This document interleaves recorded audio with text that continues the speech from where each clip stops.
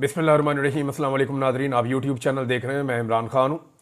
ऊ की जो आवाज़ है वो अब हल्की हल्की आना शुरू हो गई है और हैरत की बात यह है जिन्होंने आइडिया दिया उनकी जमात से ही आ रही है। सबसे पहली जो ऊ की आवाज़ निकाली है वो पंजाब की इंफॉर्मेशन मिनिस्टर ने निकाली है और नून लीग के अंदर बेचैनी बढ़ती जा रही है, ख़ास तौर पे तब से जब से पाकिस्तान तहरीक इंसाफ के 19 लोगों को जिनको मिलिट्री ट्रायल में सज़ाएं दी गई थी उनको जब से छोड़ा गया है तब से उनके अंदर बेचैनी बढ़ती जा रही है।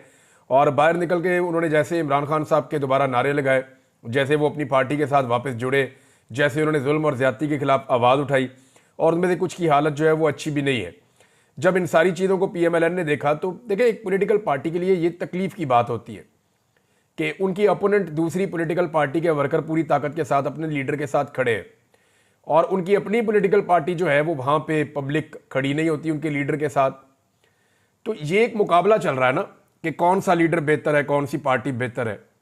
तो इस मुकाबले के अंदर इमरान खान साहब हुकूमत में तो नहीं आ पाए। उसकी वजह यह है कि एस्टेब्लिशमेंट उनके खिलाफ थी, वरना अवामी ताकत से तो वो हुकूमत में आ जाते। तो अब जो लोग इक़्तिदार में बैठे हैं वो सारी पॉलिटिकल पार्टीज परेशान है। मैंने पिछले वीलॉग में आपको बताया कि हर पार्टी का मुकाबला इमरान खान से है, लिहाजा सब पार्टियां इमरान खान को अपना सियासी दुश्मन समझती हैं या अपने लिए एक सियासी खतरा समझती हैं, और उनकी पॉलिटिकल पार्टी को भी। तो अब वो परेशान हो गए इस वजह से कि अगर 9 मई हाथ से निकल गया तो 9 मई का बयानिया जाने के बाद फिर PMLN के पास बाकी क्या बचेगा। यानी आप उनसे कोई भी सवाल करें तो वो एक ही बयान देते हैं कि 9 मई, उसके अलावा तो उनके पास कोई और जवाब नहीं है। शाहिद मितला साहब हैं, सीनियर जर्नलिस्ट, उन्होंने बड़ी मज़े की बात की। उन्होंने कहा कुछ दिन के बाद 9 मई और नून लीग ही रह जाएंगे, यानी 9 मई और नून लीग बस ये रह जाएंगे और कोई कहानी नहीं होगी, यानी नून लीग और 9 मई बस की यादें ही होगी। ये सिंपल उन्होंने एक जुमले के अंदर सारी कहानी बता दी है। मेरे ख्याल में यही चीज़ आने वाले दिनों में होने जा रही है। इस वक्त अगर उनका ये बयानिया तबाह हो गया 9 मई वाला, जो ऑलमोस्ट तबाह हो चुका है। देखिए, ये बयानिया उस दिन तबाह हुआ था जिस दिन कुछ लोगों ने प्रेस कॉन्फ्रेंस की और उन्होंने कहा जी हम इमरान खान के साथ अब नहीं हैं और हम पाकिस्तान तहरीक इंसाफ से अपने आप को अलग करते हैं। और 9 मई के वो मेन मुलजिमान थे, लेकिन उसके बाद से लेकर आज तक उन्हें किसी ने हाथ भी नहीं लगाया। तो 9 मई का बयानिया उस दिन तबाह हो गया था। उन लोगों को पकड़ के जेल में डालना चाहिए था अगर वो रिस्पॉन्सिबल थे तो। और अभी भी मैं आपको बताता हूँ कि 9 मई के लिए इसको शुरू करना चाहिए उस वक्त से जब इमरान खान साहब को हाई कोर्ट को तोड़ कर गिरफ्तार किया गया और वो गैर कानूनी गिरफ्तारी हुई। वो मामला वहाँ से शुरू होना चाहिए। फिर ये देखना चाहिए कि उसके बाद जो एहतजाज हुआ उसमें जिसने गलत किया उसको सज़ा मिलनी चाहिए, जिसने कानून को हाथ में लिया उसको सज़ा मिलनी चाहिए। और इसके ऊपर सबसे बेहतर तरीका यह है कि जुडिशल कमीशन बने और इंक्वायरी हो, ताकि जो जिम्मेदारान है, चाहे उनका ताल्लुक किसी भी पार्टी से है, वो फिर फिक्स हो जाए ना। वहाँ पे तो नून लीग के भी कुछ लोग हैं, उनकी वो खातून की एक ही लोग लगा देते हैं, एक दो और लोगों की लगा देते हैं। वो PTI का झंडा पकड़ के वहाँ पे खड़े हैं और आग लगा रहे हैं। और कुछ ऐसी वीडियोस भी पाकिस्तान तहरीक इंसाफ वाले शो करते हैं जहाँ पे नकाब पोश लोग जो है वो गाड़ियाँ तोड़ रहे हैं, तोड़ फोड़ कर रहे हैं, और वो लोग आवाज़ें दे रहे हैं कि ये लोग क्यों तोड़ फोड़ कर रहे हैं, इनका हमारी पार्टी से कोई ताल्लुक नहीं है। तो इस तरह की चीज़ें भी हैं बीच में, यानी दोनों तरफ की चीज़ें फिर आपको देखनी पड़ेंगी। और उसके ऊपर चाहे वो 26 नवंबर है चाहे वो 9 मई है, इसके ऊपर जुडिशल इंक्वायरी हो जाए तो वो ज़रा बेहतर हो जाएगा। अब ये बेचैनी क्यों है नून लीग में, इसकी एक वजह जो है वो नवाज शरीफ के जो बहुत करीबी दोस्त हैं, सहाफ़ी हैं नजम सेठी साहब, उन्होंने एक वजह बताई है कि एस्टेब्लिशमेंट ने इन मुज़ाकरात के हवाले से हुकूमत को मुकम्मल तौर पर ऑन बोर्ड नहीं लिया, जिसकी वजह से हुकूमत घबराई हुई है। और ये बात ठीक है, हुकूमत के अंदर बेचैनी इसीलिए है कि अगर वाकई में ये मुज़ाकरात कामयाब हो गए तो जावेद चौधरी साहब के बकौल फिर शहबाज शरीफ साहब के पास ऊ करने के अलावा और कोई रास्ता नहीं होगा। वो बेचारे इसी तरह एहतजाज करते रहेंगे। और अब ये एक नई इंटरटेनमेंट जो उन्होंने कौम को दी है, ट्रक ड्राइवर एहतजाज कर रहे हैं तो वो ऊ कर रहे हैं, एयरपोर्ट में कोई एहतजाज कर रहा है तो वो ऊ कर रहा है, किसी और जगह पे कोई बच्चे एहतजाज कर रहे हैं तो वो ऊ कर रहे हैं। लोग मीम्स बना बनाकर सोशल मीडिया पर डालते चले जा रहे हैं। दूसरी जानिब एक नुक्ता है जिसको सोशल मीडिया के ऊपर लोगों ने हाईलाइट किया, वो ये है कि जो माफ़ीनामे हैं या जो रहम की अपीलें हैं जो आर्मी चीफ से की गई हैं, उनमें कोई एक ही कलम इस्तेमाल किया गया है और मिलती जुलती राइटिंग भी है। तो ये तो अच्छा हुआ कि लोग अपने घरों को आ गए। और मेरी नज़र में ये लोग बेगुनाह इसलिए थे कि फ़ौजी अदालत तो कोई अदालत ही नहीं होती, यानी फ़ौजी अदालत के अंदर सिविलियंस का ट्रायल तो नहीं किया जा सकता ना, उसूली तौर पर यह बात गलत है। हाँ, दहशत गर्दों के हवाले से ये पॉलिसी कुछ अरसे तक के लिए बनाई गई थी, लेकिन ये वापस पाकिस्तानियों के गले पड़ गई। मेरे ख्याल में किसी का भी ट्रायल फौजी अदालत में नहीं होना चाहिए। हमारी अदालतों में इतनी कैपेसिटी और कैपेबिलिटी है कि वहाँ पे सबका ट्रायल होना चाहिए, चाहे उसका कोई भी जुर्म हो। तो सिविलियंस का ट्रायल फौजी अदालतों में पहले ही गलत है। लेकिन अच्छी बात यह है कि कुछ लोग अपने घरों में आ गए। उम्मीद करता हूँ कि बाकी लोग भी जल्दी अपने घरों में आ जाएंगे। सियासी एहतजाज जो है ना, वो एक आईनी हक है, कानूनी हक है। इस पर पाबंदी लगाना, इस पर सजाएं देना, ये नहीं होना चाहिए। चाहे किसी भी जमात के खिलाफ हो, ये नहीं होना चाहिए। सबको एहतजाज करने का हक हासिल होना चाहिए। इमरान खान साहब के हवाले से एक स्टेटमेंट दिया है ख्वाजा आसिफ साहब ने। पहले वो स्टेटमेंट आपके सामने रखता हूँ, फिर उसकी कुछ थोड़ी सी जो है वो डिटेल भी मैं आपके सामने रख दूंगा। ख्वाजा आसिफ कहते हैं कि इमरान खान की हमायत में जितनी सपोर्ट अमेरिका और बरतानिया से आ रही है, ज़्यादातर सेहूनी बैकग्राउंड के लोग हैं। ये ख्वाजा आसिफ कह रहे हैं। तो ये बात ठीक है। देखिए, आपको वेस्ट में जितने भी लोग मिलेंगे उनमें मैक्सिमम वो लोग होंगे जो इसराइल की हमायत करेंगे। मैं पब्लिक की बात नहीं कर रहा, मैं उनके हुक्मरानों की बात कर रहा हूँ। यानी ऐसा नहीं है कि अगर डोनाल्ड ट्रंप प्रो इसराइल है तो जो बाइडन ने कौन सा इसराइल के ऊपर हमला किया हुआ था, आप उनको इस ऐनक से देख ही नहीं सकते। आज तक ख्वाजा आसिफ साहब ने जितने भी लोगों से वहाँ हाथ मिलाई या जितने लोगों से बातचीत की है, क्या वो प्रो इसराइल नहीं थे? क्या जाकर जब आपने जफ्फा डाला मैक्रोन को, आपके वज़ीर-ए-आज़म ने और बाकी सारे लोगों ने, जिसने तौहीन रिसालत की थी, उसको जब आप लोगों ने जाके जफ्फा डाला, तो क्या वो प्रो इसराइल नहीं है? क्या जो बाइडन प्रो इसराइल नहीं थे? क्या जो बाइडन के जितने भी वज़रा थे या जितनी भी उनकी काबीना थी वो सारे प्रो इसराइल नहीं थे? वो सारे भी प्रो इसराइल थे। उन्हीं के दौर में फ़लस्तीनियों के ऊपर तारीख का सबसे बड़ा जबर हुआ है, गुज़िश्ता तकरीबन कोई 1.25 साल 1.5 साल में। तो ये सारे के सारे प्रो इसराइल हैं। आप ये नहीं कह सकते कि फ़लाँ था या फ़लाँ नहीं था। लेकिन वो अगर ह्यूमन राइट्स के मामले के ऊपर, हमने अपने मुल्क का मामला देखना ना, कि हमारे मुल्क के मामले में मुदाखलत किसने की। तो जो बाइडन ने मुदाखलत की थी, उनकी इंतज़ामिया ने मुदाखलत की थी, पाकिस्तान में हुकूमत गिरवाई थी। और अब जो है आने वाली हुकूमत मुदाखलत नहीं कर रही, तो इससे सबको तकलीफ़ हो रही है।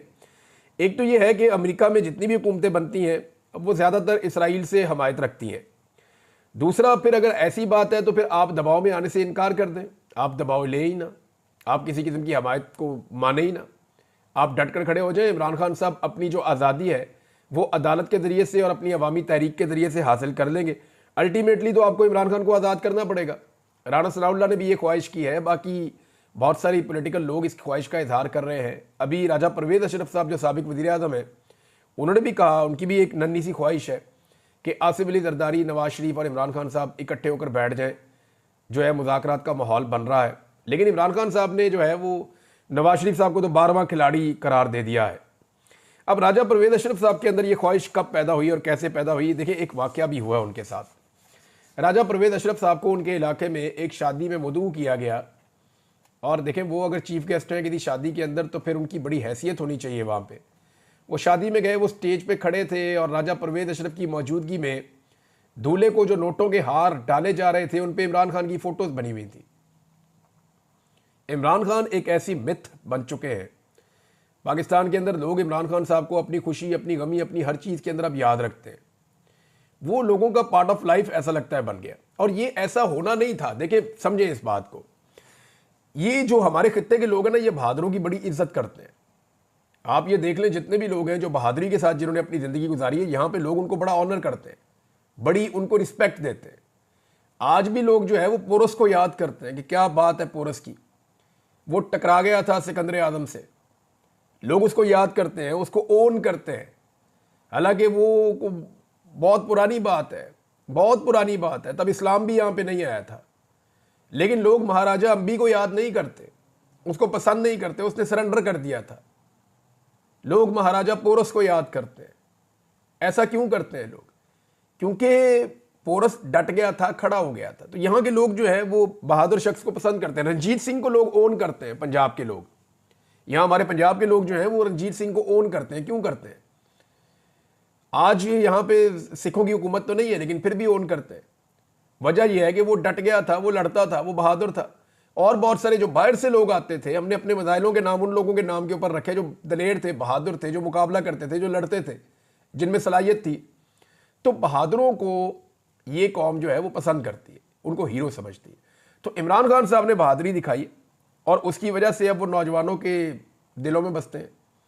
वो पाकिस्तान के तमाम सूबों में, चाहे आप बलूचिस्तान चले जाएं, खैबर पख्तूनख्वा चले जाएं, आप सिंध में चले जाएं, आप पंजाब के गलियों कूचों में, खेतों में, बाज़ारों में, देहात में, कहीं भी चले जाएं, लोग आपको इमरान खान के दीवाने नजर आएंगे। तो उसके रीजन है कुछ। एक तो इमरान खान का इस कौम के साथ कोई 50-60 साल पुराना ताल्लुक है। लोग इमरान खान को जानते हैं कि करप्ट नहीं है ये बंदा, लोगों को पता है कि गलती कर सकता है, लेकिन गलती के ऊपर कोई अड़ नहीं जाता ये हमेशा। फिर लोग उसके करैक्टर को अच्छी तरह जानते हैं, करैक्टर की खामियां भी जानते हैं और उसकी खूबियां भी जानते हैं। लेकिन अब लोगों को यह जब पता चला कि ये बहुत बहादुर आदमी भी है, डरता भी नहीं है, मुकाबला करता है, हौसले वाला आदमी, तो इससे लोग और ज्यादा इमरान खान के करीब आ गए। और इसमें एस्टेब्लिशमेंट और हुकूमत की बहुत बड़ी गलती है कि उन्होंने इमरान खान साहब को एक नॉर्मल सियासी लीडर से उठाकर एक महात्मा में तब्दील कर दिया। यानी एक ऐसी देवमालाई शख्सियत बना दिया इमरान खान साहब को जो वो खुद कभी नहीं बन सकते थे। लेकिन इस निज़ाम ने इतना जबर, इतना जुल्म और इतनी फस्तायत की है। और इसमें एक बहुत बड़ा रोल इमरान खान साहब के फॉलोअर्स का भी है। मार खा खा के थकते ही नहीं है।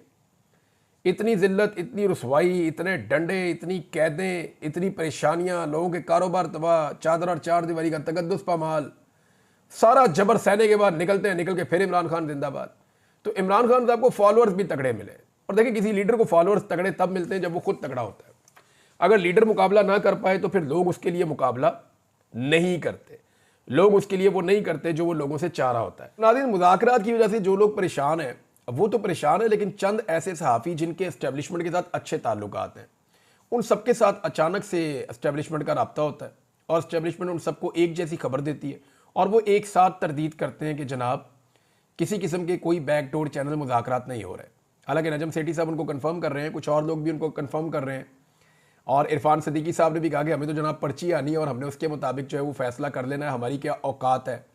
तो ये चीज़ें हम सब जानते हैं कि बैकडोर चैनल भी चलते रहते हैं और वहाँ मुज़ाकरात होते रहते हैं। लेकिन इन सहाफ़ियों ने वो खबरें इसलिए छाप दी कि ये खुद दिल से नहीं चाहते कि अभी मुज़ाकरात हो। मामला ये है कि क्लेम तो ये भी किया जा रहा है गुज़िश्ता 70 साल से कि हमारा सियासत में कोई किरदार नहीं है। तो क्या वाकई एस्टेब्लिशमेंट का सियासत में कोई किरदार नहीं है? एस्टेब्लिशमेंट का सियासत में किरदार है, लेकिन वो कहते हैं कि नहीं है। इसी तरह वो मुज़ाकरात करवा रहे हैं, लेकिन वो कहते हैं कि नहीं। महमूद खान अचकज़ई साहब ने जनाब एक स्टेटमेंट दिया है, ये अहम है स्टेटमेंट इनका। एक तो उन्होंने अयाज सादिक साहब को एक बहुत बड़ा चैलेंज कर दिया। उन्होंने कहा, अयाज सादिक साहब, आप रोज़ाना सुबह 4 कुल पढ़ के निकलते हैं, तो ज़रा आप उन 4 कुलों की कसम तो खाएं ना। हल्फन आप बताएंगे, क्या आप कोयटा नहीं आए थे इलेक्शन से पहले? क्या आपने ये नहीं बताया था सबको कि आपकी बात हो गई है फ़ौज के साथ? आप फ़ौजी अफसरान के नाम ले लेकर नहीं कहते थे कि बात हो गई है, हमें 2/3 अक्सरियत मिलेगी?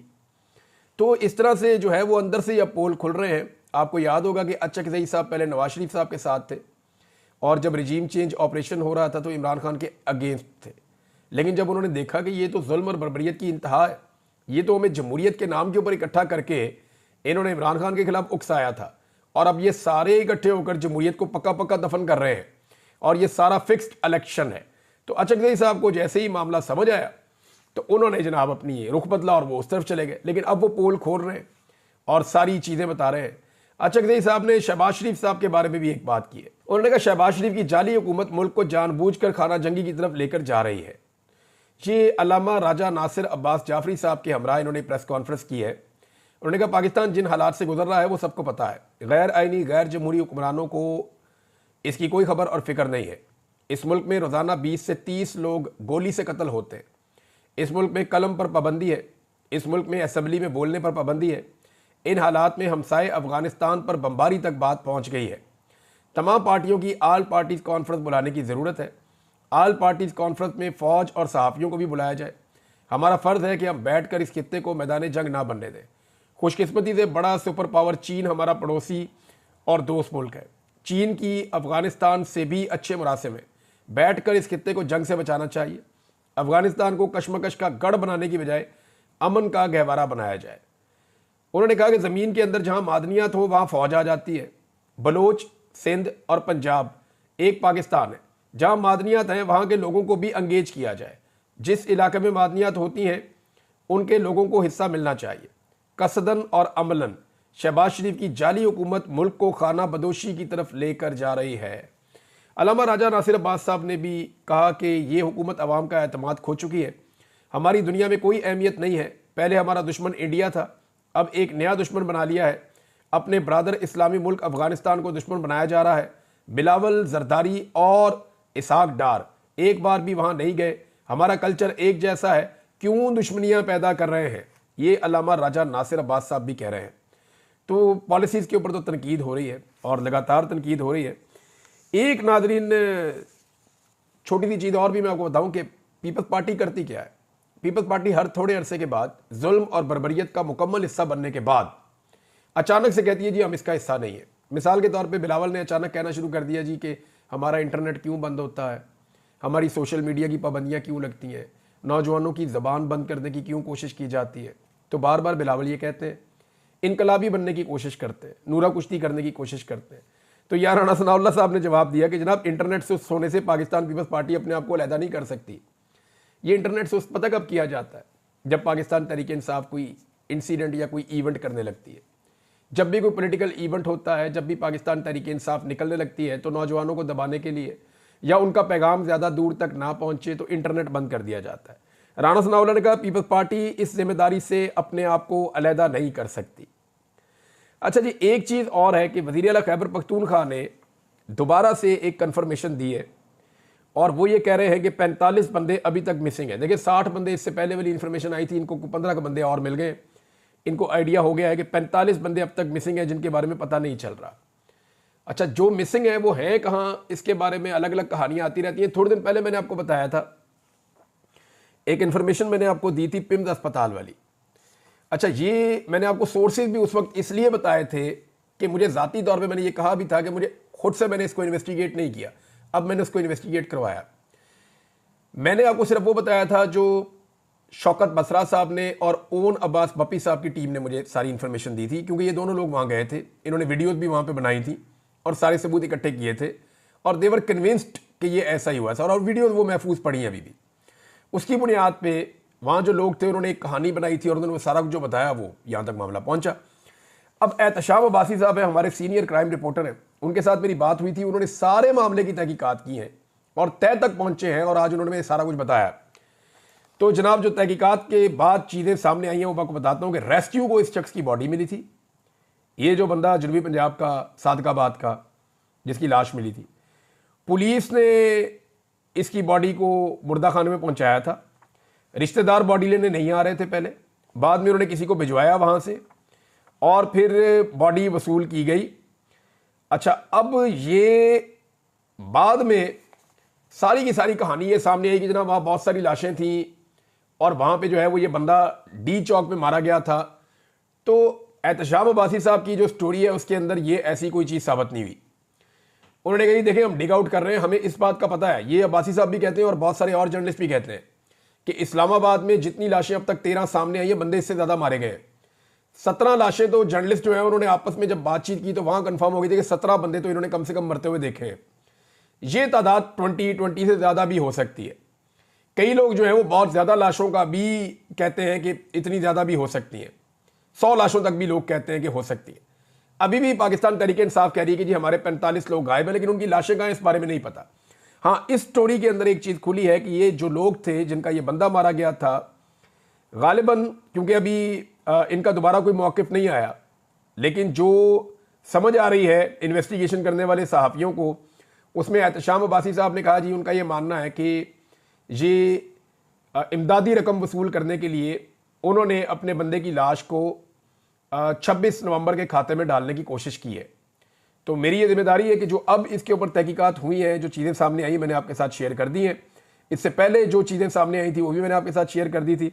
ज़ाती तौर पे मैंने इस मामले में कोई भी तहकीक नहीं की, लेकिन हाँ ये जो है एहतशाम अब्बासी साहब का, इसको मैं ओन करता हूँ इसलिए कि वो एक अच्छे जर्नलिस्ट हैं और उनके सोर्सेज भी हैं, क्राइम रिपोर्टिंग वो वहाँ करते रहे इस्लामाबाद में। तो जनाब ये कहानी ऐसे है। इसमें नजम सेठी साहब ने एक और कन्फर्मेशन की है। ये नवाज शरीफ साहब के दोस्त हैं नजम सेठी, और इन्होंने गवाही दी है कि जनाब महंगाई पाकिस्तान में कम नहीं हुई बल्कि महंगाई पाकिस्तान में लगातार बढ़ती चली जा रही है। बल्कि नजम सेठी साहब का ये कहना है कि लोगों की कुव्वत ख़रीद कम हो रही है और कुव्वत ख़रीद कम होने की वजह से वो अब पाकिस्तान की जो ग्रोथ है वो भी ज़्यादा नहीं हो रही, पाकिस्तान आगे नहीं बढ़ रहा और ये लोगों का ट्रस्ट भी नहीं है। यानी जो हुकूमत है वो लोगों की मर्ज़ी से बनी नहीं तो लोग उससे नाराज़ भी हैं।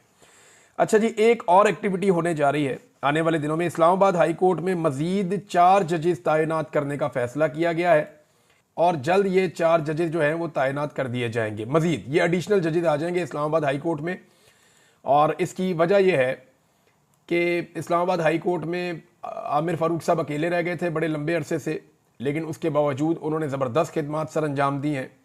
तो अब आमिर फारूक साहब का अकेलापन दूर हो जाएगा अगर 4 मजीद जज इस्लामाबाद हाई कोर्ट में आ जाते हैं, हम ख्याल जजेस।